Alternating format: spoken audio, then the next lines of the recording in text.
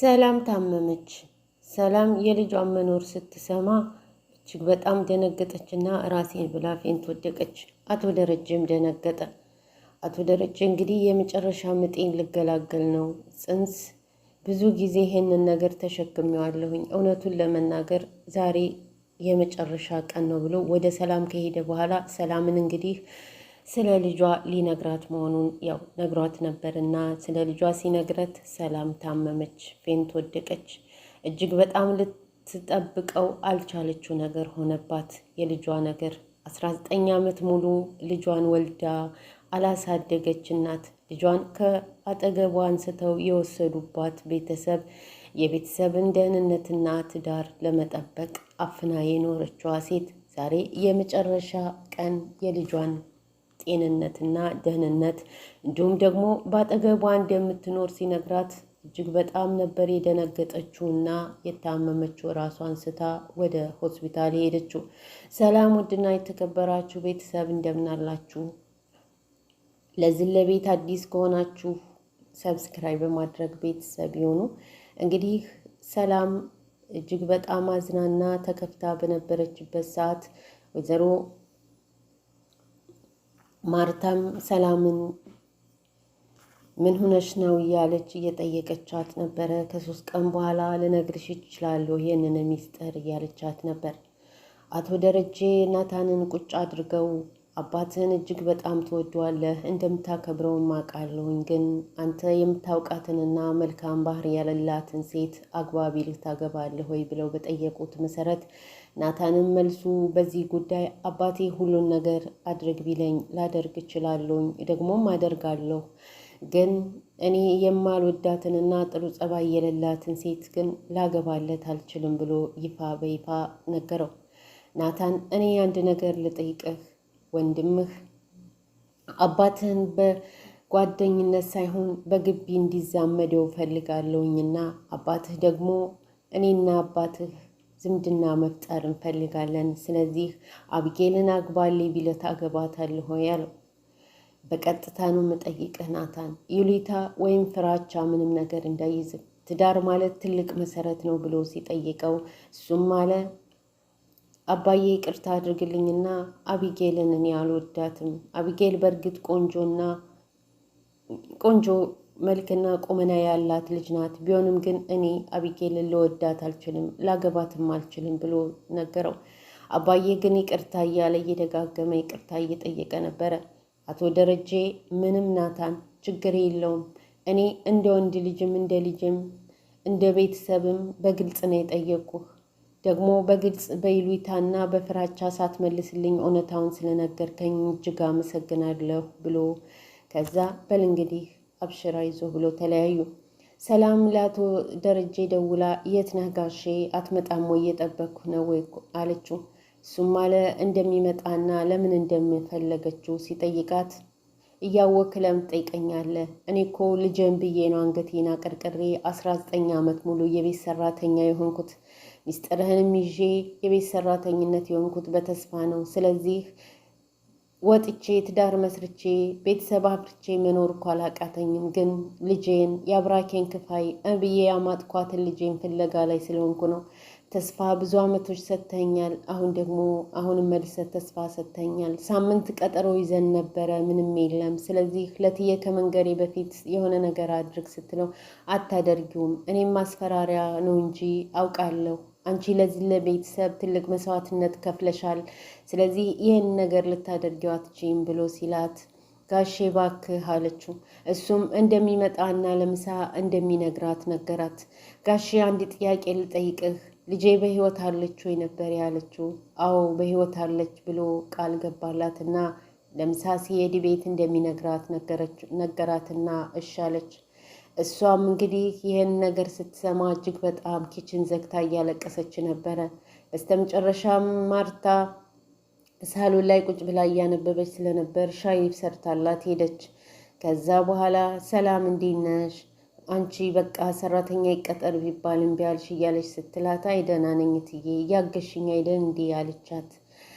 አዎ ቶሎ ውለጅና እንግዲህ ተነስተሽ ወገብሽን አሰራ አድርጊ፣ እኛ ቤት ሰርግ አለ፣ ልጄን ልድር ነው አለቻት። ማንን? መቼም ውሃዬን አይደል አቢጌልን እንጂ ብላ ስትላት፣ እሷም ግራ ገባትና አቢጌል ልታገባ ነው እትዬ አለች። አዎ አቢጌል ልታገባ ነው። ማንን? ናታንና ናታንና አቢጌል እጅግ ይዋደዳሉ። አሁን ለምርቃኗ ደግሞ ቀለበት ሊያስርላት ነው። ከናታን አባት ጋር ማውርቻለሁ ስትል ሰላም ግራ ገባት።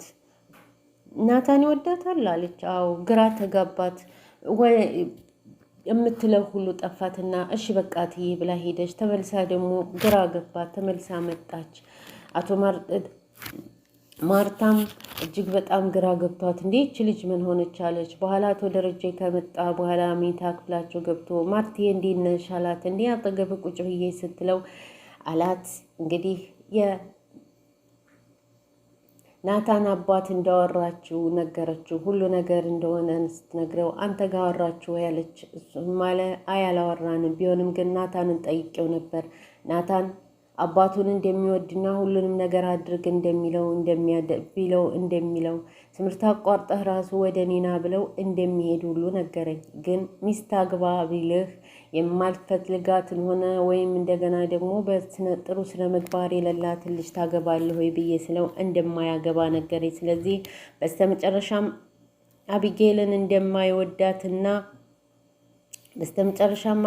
እንደማይወዳትና እንደማያገባት ነግሮኛል። እባክሽ ይህንን ነገር አቋርጪ። አንቺ አቢጌል ጥሩ ጸባይ ስለሌላት ናታ እንዲያገባ ስለምትፈልጊ ነው እንጂ ወንድ ጠፍቶ አይደለም ሲላት፣ አዎ ጥሩ ባል ያስፈልጋታል አቢጌል፣ የመጀመሪያ ልጄ እኮ ናት አለች።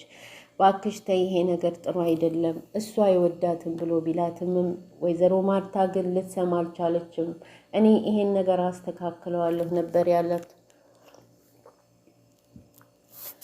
ናታንም ዳጣን ካገኘ በኋላ የተፈጠረውን ነገር ሁሉ ነገራት። አባዬ እንደጠየቀውና ታገባታለህ ወይ ብሎ እንዳለው እንደገና ደግሞ እሷም ይሄ ነገር እውነት አደረጋችሁት እንዴ? እሷም እኮ ለምርቃኔ ቀለበት ያደርግልኛል ያገባኛል እያለችኝ ነበረ። ይሄ ነገር እውነት ሆነ እንዴ? ሁለት ታማቾችን ልታጫውት ነው እንዴ? እያለች እየቀለደችበት ነበረ። መቼም ቢሆን ላገባት አልችልም ብሎ አለ።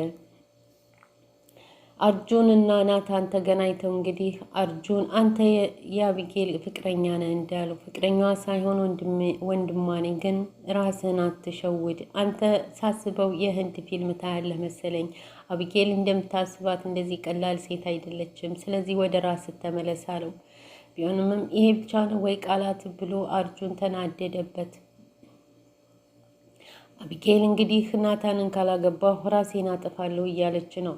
ራሷን እውነት ልታጠፋ ነው ወላ ቤተሰቦቿ ልትገረግር አይታወቅም።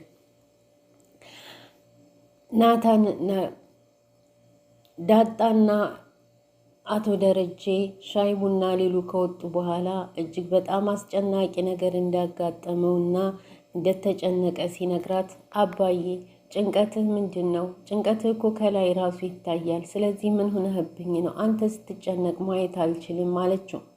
እሱም አለ እኔ ከሁሉም ቤተሰብ ጭንቀቴን ላንቺ ሳካፍልሽ ቀለል ይለኛል፣ ጨንቆኛል። ደግሞም ሰዓቱ ዛሬ ነው። ብዙ ሰው ተሰቃይቷል በእኔ ምክንያት። ብዙ ሰው በዙሪያ ያሉ ሰዎች 2 ሰዎች ተሰቃይተዋል።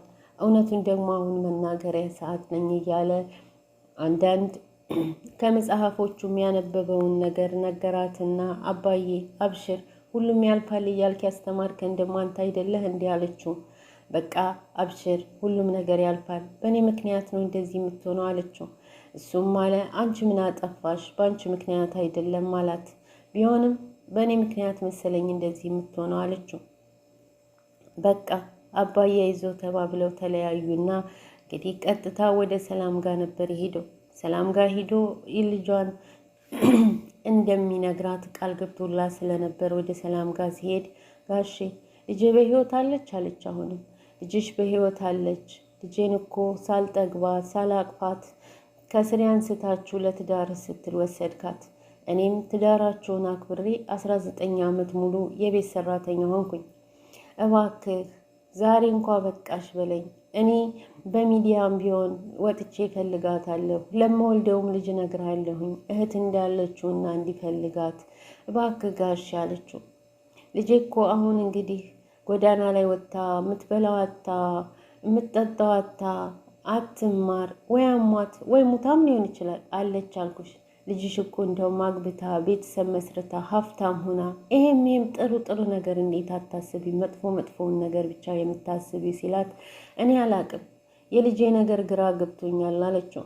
እሱም አለ አብሽሪ ልጅሽ አለች፣ ደግሞ ዛሬ የመጨረሻ ቀን ነው ልነግርሽ ነው። ልጅሽ በቅርበት ናት ያለችው፣ ልጅሽን በቅርበት ታያታለሽ አላት። ጋሺ አንተም ታውቃታለህ? አባቷ እንደሆነ ታውቃለህ አለችው። እንዴ ነገርኩሽ እኮ። አዎ አውቃታለሁ፣ እጠይቃታለሁ፣ በቅርብ ነው ያለችው ሲላት እጅግ በጣም ደነገጠችና ብላ ራሷን ያዘች። ከዛ በኋላ ሰላም ምን እንደተፈጠረ አታውቅም። ምክንያቱም ልጅሽ በቅርበት ነው ያለችው፣ አንቺም ታያታለሽ፣ እሷም ታይሻለች፣ በቅርበት አለች፣ ሁለታችሁም ትተያያላችሁ፣ ስለማትተዋወቁ ነው እንጂ ሲላት እጅግ ደነገጠችና የእናት ነገር ሆኖባት ከዛ በኋላ ሰላም ፌንት በላችና ምን እንደተፈጠረ አታውቅም። እንግዲህ ሰላም እና ዳጣ ሊገናኙ ትንሽ ጊዜ ነው የቀራቸው። ሁለቱ ሰላም ዳጣ ልጇ እንደሆነች፣ ዳጣ ደግሞ ሰላም እናቷ እንደሆነች ሲያውቁ ምን አይነት ስሜት የሚሰማቸው ይመስላችኋል? ሁላችንም እንደምናስበው እንግዲህ እናት እውነታ ናት፣ አባት ደግሞ እምነት ነው። አባትን ያህል ነገር አግኝታ እናት እውነታ የሆነችውን አጥታ ብዙ ዓመት የኖረች ልጅ ስታገኝና ከራስነት ብድግ አድርገው ወስደውባት ለሰው ትዳር ብላ መስዋዕትነት የከፈለች እናት 19 ዓመት ሙሉ በስህተት ላይ ስህተት ልጇን ስላጣች ብቻ አሁንም ሁለተኛ ልጅ ከአቶ ደረጀ የጸነሰች እናት ልጇን ስታገኝ ምን አይነት ስሜት እንደሚሰማት ሁላችንም እናውቃለን። ይህን ደግሞ የሚቀጥለው ክፍል እናያለን።